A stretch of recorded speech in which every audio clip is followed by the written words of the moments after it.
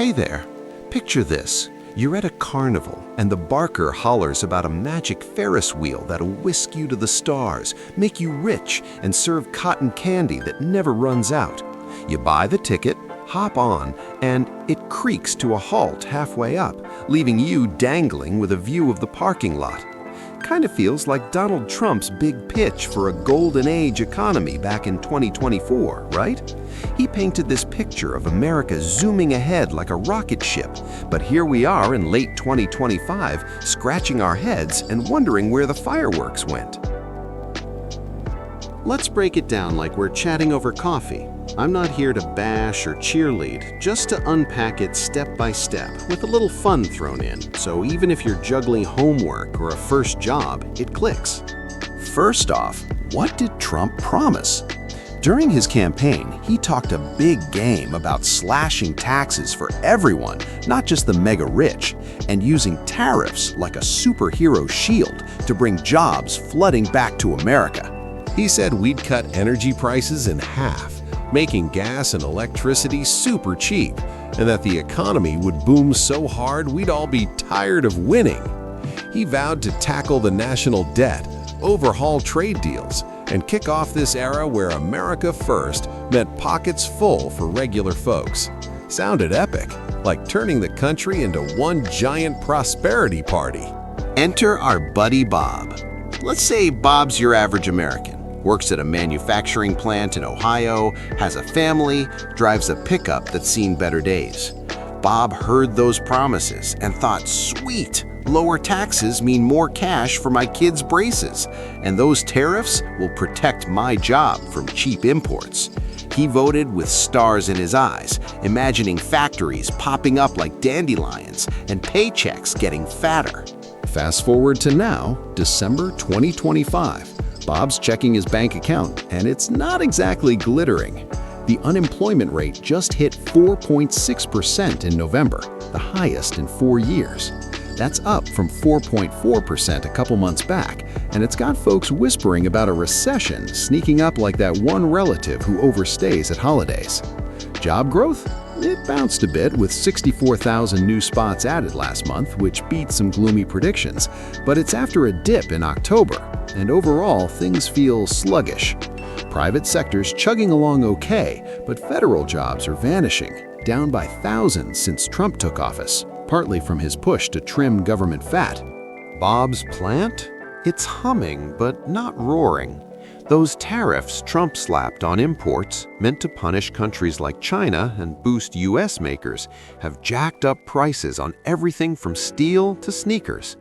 It's like Bob's company has to pay more for parts, so they pass it on, and suddenly Bob's grocery bill is higher, even though his wage isn't keeping up. Trump promised tariffs would make us rich by forcing companies home, but in reality, they're acting like a sneaky tax on all of us. Economists are saying they've slowed GDP growth and poked inflation a bit, making everyday stuff cost more. Speaking of inflation, that's one area where things aren't as fiery as before. It cooled to 2.7% annually in November, down from 3%, which is a relief after the wild spikes a few years back. Prices rose just 0.2% over the last couple months, so it's not skyrocketing like under the early Biden days. But Bob still feels the pinch. Food and energy aren't dropping fast enough, and with holiday shopping, his wallet's thinner. Trump talked about slashing energy costs by half, and yeah, gas prices are at their cheapest December levels in 4 years, which is a win for road trips. But low oil prices are hurting U.S. producers too, and tariffs are offsetting some of that savings by bumping up other costs.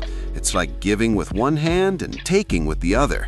Now, the big elephant in the room, that national debt. Trump promised to shrink the deficit, but holy moly, it's exploded to about $38 trillion. Interest payments alone are hitting $1 trillion a year, which is like paying rent on a mansion you can't afford while the roof leaks. Debt's now 100% of GDP, meaning we owe as much as the whole economy produces in a year. Trump's team says policies will slow spending eventually, but so far it's climbing faster than ever outside pandemic times. Bob wonders, who's going to pay this bill? My kids? And the stock market? It's up 13% since Trump started, which is great if you're invested like the big shots. But Bitcoin's down 17%, and overall, Trump's approval on the economy is scraping a low 36% in polls. People like Bob aren't feeling the golden part yet. GDP grew strong at 3.8% in Q2, but forecasts say it'll slow to around 2% for the year and dip further in 2026. Consumer spending's holding up, but it's wobbly, especially with holiday sales looking meh. Why the gap between promise and reality? Well, think of the economy like a giant potluck dinner. Trump's adding bold spices, tariffs to protect jobs, immigration crackdowns to prioritize American workers, tax cuts to juice spending. But those spices are clashing. Mass deportations? They're reducing the workforce in farms and construction, hurting growth and pushing wages up in weird ways. Tariffs are raising costs for businesses, slowing the boom he wanted. Plus, global stuff, like lingering supply chain hiccups and tech shifts, aren't helping. It's not all doom. The AI boom and some tech sectors are keeping things afloat, acting like that one reliable dish everyone loves. Bob's starting to grumble at family dinners. He says, Trump said we'd be swimming in jobs, but my hours got cut and everything costs more. On social media, folks are split. Some say it's just a bumpy start like Trump warned and the real wins are coming. Others are yelling about broken promises, calling it a grift. Trump's team points to resilient growth amid changes, but critics say it's rigged for the rich while regular folks foot the bill. So, is the golden economy lost in transit or just delayed? Let's dig into the tariffs a bit more. Bob's company needs raw materials like steel or aluminum to build stuff. Those tariffs mean importers pay more to bring in foreign goods. But guess who ends up footing most of the bill? Not the foreign countries, like Trump likes to say. Nope, studies show American companies and folks like Bob eat about 80–90% of the cost.